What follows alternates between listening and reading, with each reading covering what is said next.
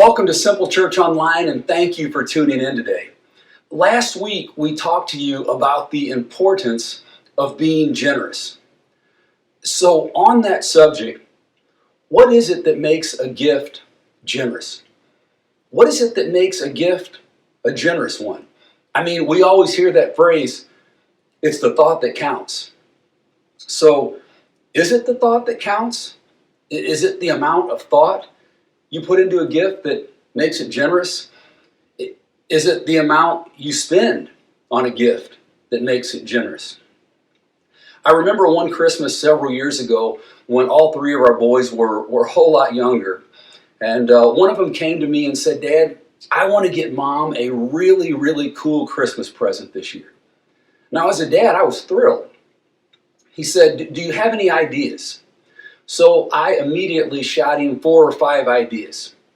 To each one of them, he kind of shrugged his shoulders, and when I was done, he said, "No, I'm not feeling it, Dad. I don't think any of those gifts are what Mom really wants. I don't think any of those gifts are something that I really want to give." And I said, "Well, son, that's all I have, and I really think that any of those your mom would love." He's like, "Nah, just not feeling it." And he turned around and walked off. Christmas morning rolls around, and just when we think all the gifts are handed out and all the gifts are open, our son says, "Hold on a second. Mom, I've got something for you." And he reaches under the couch where he had this gift hidden. And he pulls out this little box. It's perfectly wrapped. And on top of it is this small blue bow. He hands it to Becky, and she begins to slowly unwrap it. And as she unwraps it, under the wrapping paper, there is this blue box that's revealed. And she immediately begins to shake with joy and excitement, and she starts chanting, "Tiffany and Company, Tiffany and Company," to which I said, "Who's Tiffany, and why are we having company on Christmas? Why do we always have to have people over?" Becky rips into the box, and inside of it, there is this absolutely beautiful Tiffany and Company bracelet. We have this tradition in our house. It's kind of an unwritten tradition that we've done for years. Just when all the presents are handed out and all the presents are opened and we're getting ready to clean up, I always say, "Hold on, there's something else." And I go in the other room and I retrieve a present that I have hidden for Becky.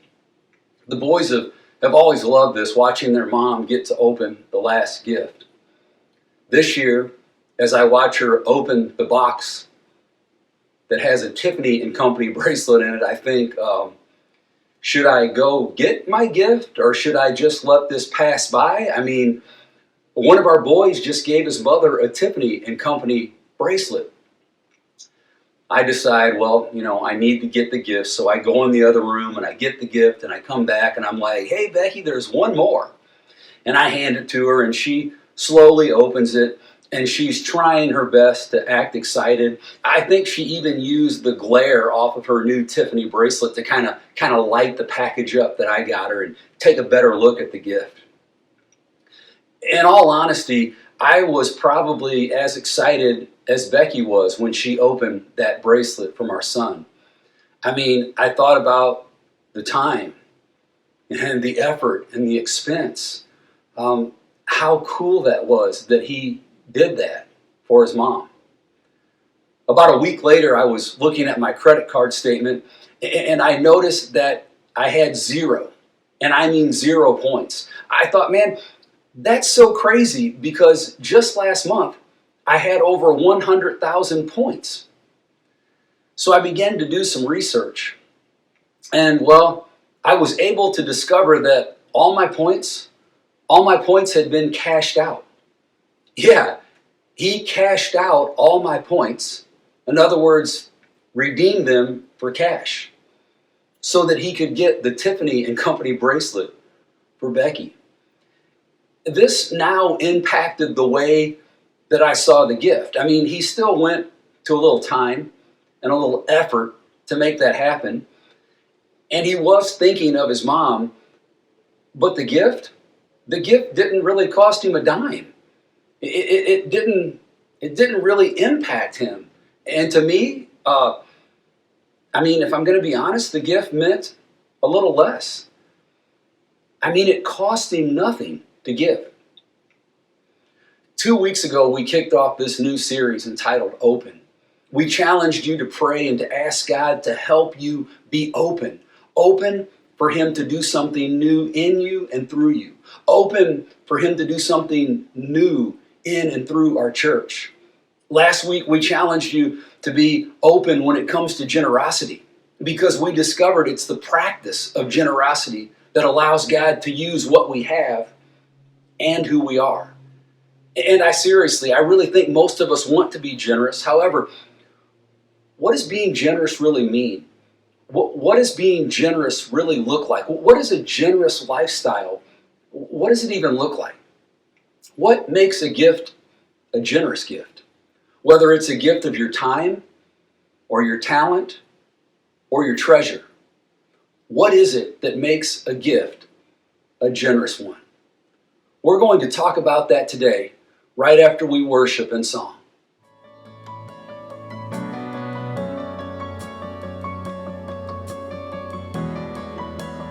I don't want to be afraid every time I face the waves.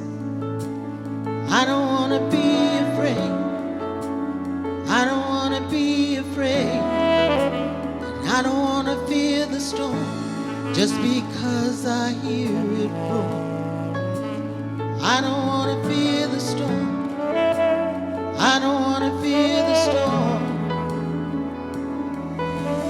Peace be still, say the word and I will set my feet upon the sea till I'm dancing in the deep.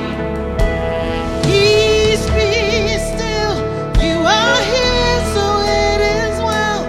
Even when my eyes can't see, I will trust the voice that speaks.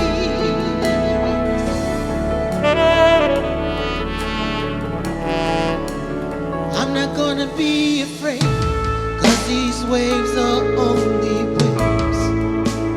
I'm not gonna be afraid. No, I'm not gonna be afraid. And I'm not gonna fear the storm. You are greater than its roar.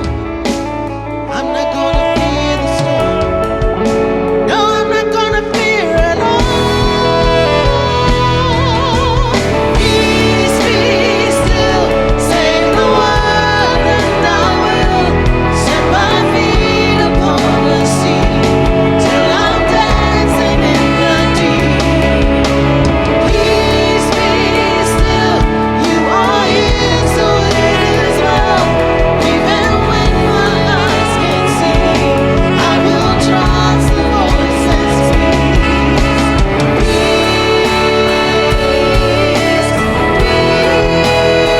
Peace over me.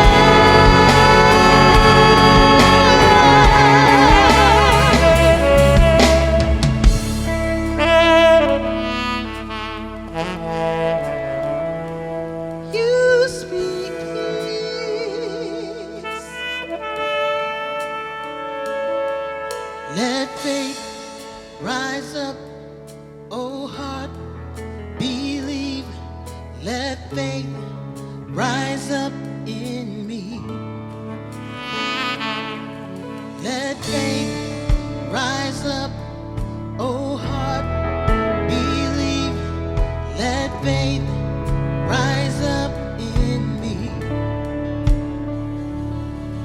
Let faith rise up, oh heart, believe. Let faith rise up in me.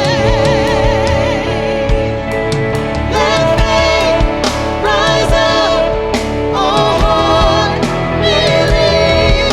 Let faith rise up in me.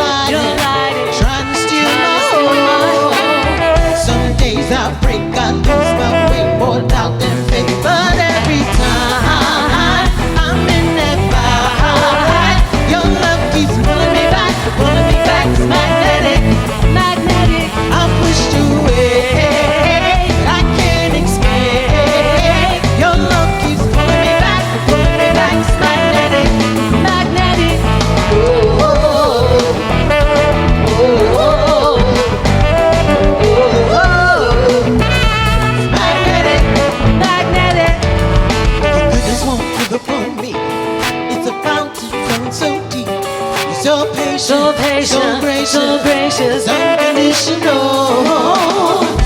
Even when I try to go my own way, even when my heart is in the wrong place, you bring it back around like a boomerang, just like a boomerang. 'Cause every time I'm in that fight, your love keeps pulling me back. It's magnetic, magnetic. I push through it that I can't escape. Your love keeps pulling me back. It's magnetic, magnetic. Ooh, ooh, ooh, magnetic, magnetic. Like gravity, just when I think that I'm out of reach, your love and mercy keeps pulling me, pulling me. Oh, I can feel it, feel it, feel it. It's changing me. I'm no more searching, it's clear to see. I'm not the thing that I used to be. It's history. I can feel it, feel it, feel it. Every time I'm in that fight, your love keeps pulling me back. It's magnetic, magnetic. I'm pushed through it, I can't escape. Your love keeps pulling me back. It's magnetic, magnetic. Your love keeps pulling me. Your love keeps pulling me. Your love keeps pulling me. Your love keeps magnetic. Your love keeps pulling me. Your love keeps pulling me. Your love keeps pulling me. Magnetic, magnetic. Your love keeps pulling me. Your love keeps pulling me. Your love keeps pulling me. Your love keeps pulling me.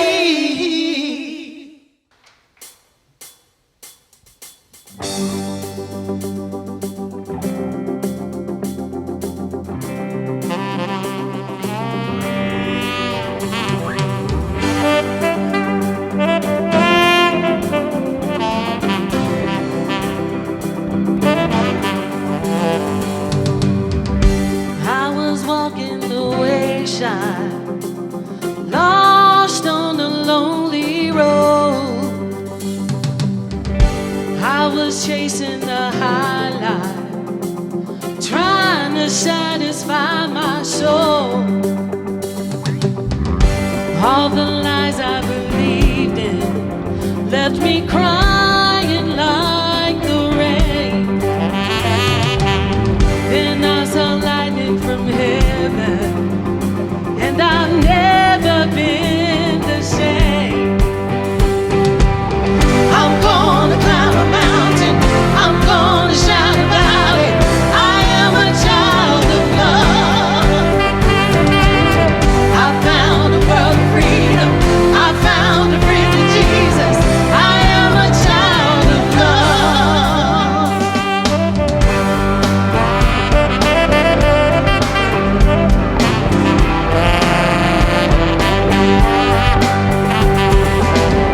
I felt the sting of the fire, but I saw you in the flames. Just when I thought it was over, you brought me out of the grave. I'm gonna climb a mountain, I'm gonna shout about it. I am a child of love.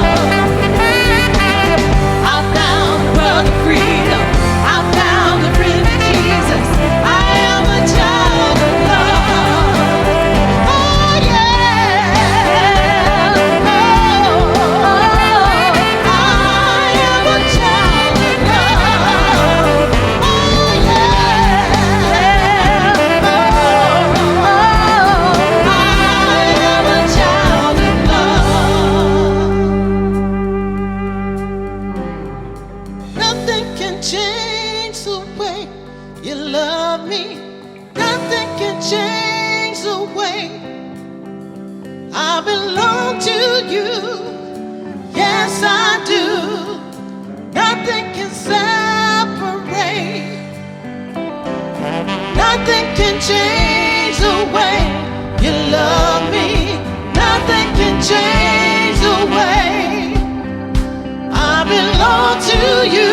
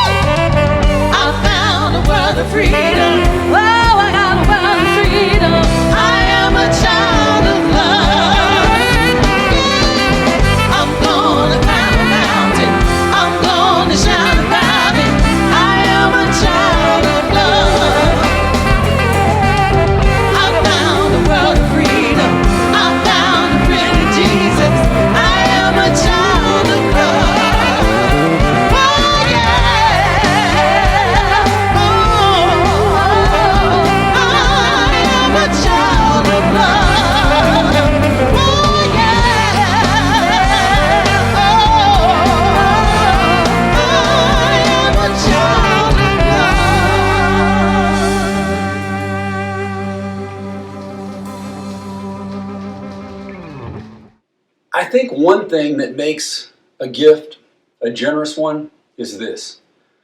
A generous gift costs something to the giver. In the book of Mark, chapter 41, there's this story recorded about Jesus and his disciples. They're in the temple. And this particular story has to do with our treasure, our money. Jesus observed when he was at the temple that there were some very wealthy people, and they were going by what we would call the offering bucket, and they were tossing in a good amount of their treasure, a good amount of cash into the temple offering. And Scripture says this in Mark 12, verse 41. It's quoting what Jesus said. One poor widow woman came forward and put in 2 small copper coins worth a penny. Jesus called his disciples to him and said, I assure you that this poor widow has put in more than everyone who's been putting money into the treasury. Jesus goes on to explain to them that what she gave, it cost her something. It cost her more. It impacted her more. It had a greater impact on her than what they were giving had an impact on them. She had to really think about this. She had to pray about it. She had to prepare for it. See, the more a gift matters to us, the greater the impact it has on us when we give it. The more a gift matters to you and I, the more it changes us. The more it costs of our time, of our talent, or even our treasure, the more it matters. The more it impacts. I mean, that's just the way it is. A generous gift costs you. It matters to you. And giving it can actually change you. A generous gift is intentional. What I mean by that is you plan for it. You prepare for it. Sometimes you sacrifice for it. You save for it. It is intentional. A generous gift is one that is given joyfully. Look what Paul wrote in 2 Corinthians 9. He said, I want it to be a real gift from you. I don't want you to feel like you're being forced to give anything. And then if we skip down to verse 7, he says, God loves a cheerful giver of their time, a cheerful giver of their talent, and yes, a cheerful giver of their treasure. A generous gift, it comes from the heart, and it's given freely. It's not just the generous gift that impacts people. It's also the attitude or the spirit that the gift is given in. That attitude or that spirit affects both the giver and the receiver. When our boys were super young and we lived in Broken Arrow, Oklahoma, we had bought our very first house. And Becky had always wanted a house with a lamppost in the front yard. She had a specific vision, a lamppost that had like 3 or 4 lights around the edges and one in the middle. And we got into this house, and it was our first house. We absolutely loved it. And shortly before Christmas, maybe 5 or 6 months before Christmas, Becky said, man, you know, the only thing that I wish this house had was a lamppost out front. So I began to save. I was even working an extra job to put money back. I told the boys, hey, we're going to get Mom a lamppost for Christmas, but it's going to be a surprise. Don't tell her. My oldest son at the time was able to do some chores, so he raked the neighbor's yard. He mowed their grass once. He was saving money too, putting it into the kitty along with me, and we were so excited. We couldn't afford a new one, so I was looking online and I found a place that I could buy a used lamppost. It was a little bit more expensive than we planned, but I was so excited. I remember showing my oldest son and my middle son, I remember showing them the picture. They were all excited. On Christmas Eve, I said, guys, you have to go to bed early. This Christmas Eve, you have to go to bed early, because if you go to bed, Mom will kind of settle down and then she'll go to bed. And when Mom goes to sleep, I'm going to sneak outside and I'm going to dig a hole out in the front yard. And I've got the post hid a couple houses down at the neighbors, and I'm going to put the post in, and I'm going to pour concrete, and I'm going to hook everything up. Boys were so excited. They went to bed early. It was like 9 or 9:15 on Christmas Eve that we got them to go to bed. And Becky laid down and she kind of dozed off on the couch. And I went outside. I said, hey, I got to take care of a few things for Christmas. And Becky loves surprises, so she didn't ask anything. And I went outside and I went down to the neighbors with my truck and I got the post. And I came back and I dug a hole. And I put the post down in the hole and I mixed up some Quikrete and I put some Quikrete down in the hole. Then I hooked everything up on the top. And then I covered it with a blanket. And I tied a rope to the blanket and put the rope into the garage. On Christmas morning, after all the gifts were opened up, I said, hey, wait, there's one more. Let's go out in the garage. The boys were so excited. We went out into the garage, and there was a rope under the garage door. As I raised it, everybody looked, and I grabbed my oldest son, and I knew at the time he was the only one that was going to be able to do this, and I said, on the count of 3, I want you to pull that rope, pull the blanket off, and reveal the lamppost to Mom. He looked at me, he was so excited. And he whispered in my ear, Dad, how come the lamppost isn't out at the end of the driveway on the left side? Why is it on the right side in the middle of the driveway? And I said, listen, don't worry about it. We're going to count to 3, and on the count of 3, I want you to pull that blanket as hard as you can. Pull the rope so the blanket comes off. And we counted down 1, 2, 3. And on 3, he pulled that rope as hard as he could, and the blanket came off. And as it started coming off, he turned to look at Becky because he wanted to see his mom's reaction. And she was like, wow. My middle son at the time was old enough to know what was going on, and he started jumping up and down. And our oldest son just stood and looked at Becky. And at the same time, Becky and I said, well, look. And when he turned, he began to cry. He immediately, tears came to his eyes. It's the only time it's ever happened. He went down to his knees. He was holding his face and he's like, oh my gosh, I can't believe this. I can't believe this. How did this happen? See, when he pulled the blanket off, it wasn't a lamppost at all. It was a basketball goal. He had been asking for one for 2 years and we couldn't afford it and we had been saving for it. And we decided in the middle of our plans to switch and to do that. We immediately handed him a basketball and he went out in the driveway and he walked over to Becky and said, here, Mom, I want you to make the first basket. And then he walked over and said, Dad, why? We saved. This was supposed to be for Mom.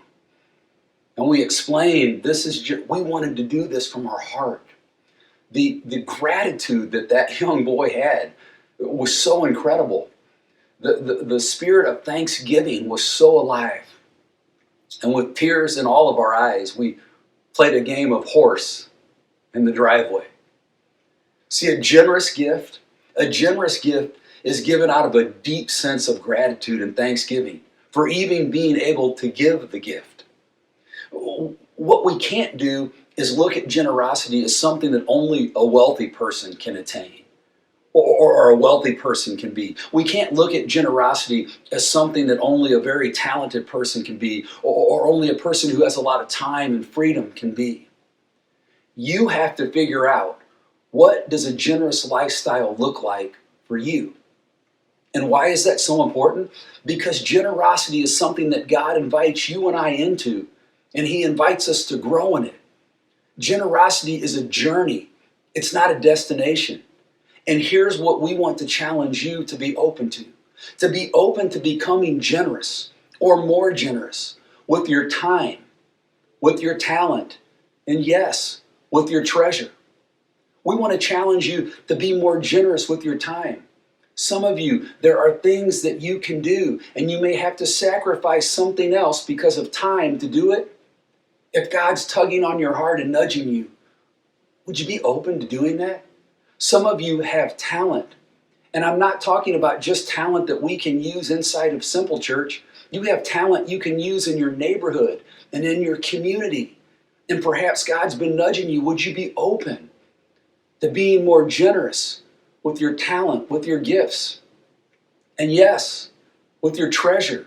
I mean, we don't like to talk about it. I don't like to talk about treasure. I don't like to talk about our money. But God wants us to be generous with our treasure, with our finances. Think about this. What would happen if each and every one of us would take just a step toward living more generously? What might God do in our individual lives? And then what might He be able to do in the life of our church, corporately, if we would all take a step to live more generously? Are you open? Are you open to taking some steps? Are you open to thinking about and praying about taking some steps? Because here's the deal. You are the only one that gets to decide what that looks like in your life. What it looks like to be more generous with your time. What it looks like to be more generous with your talents and gifts. And what it looks like to be more generous with your treasure. God is inviting you to live a life of generosity. Will you accept the invitation? If you do, God will begin to use both you and your generosity to help others. I hope and I pray that you will accept His invitation and that you would be open.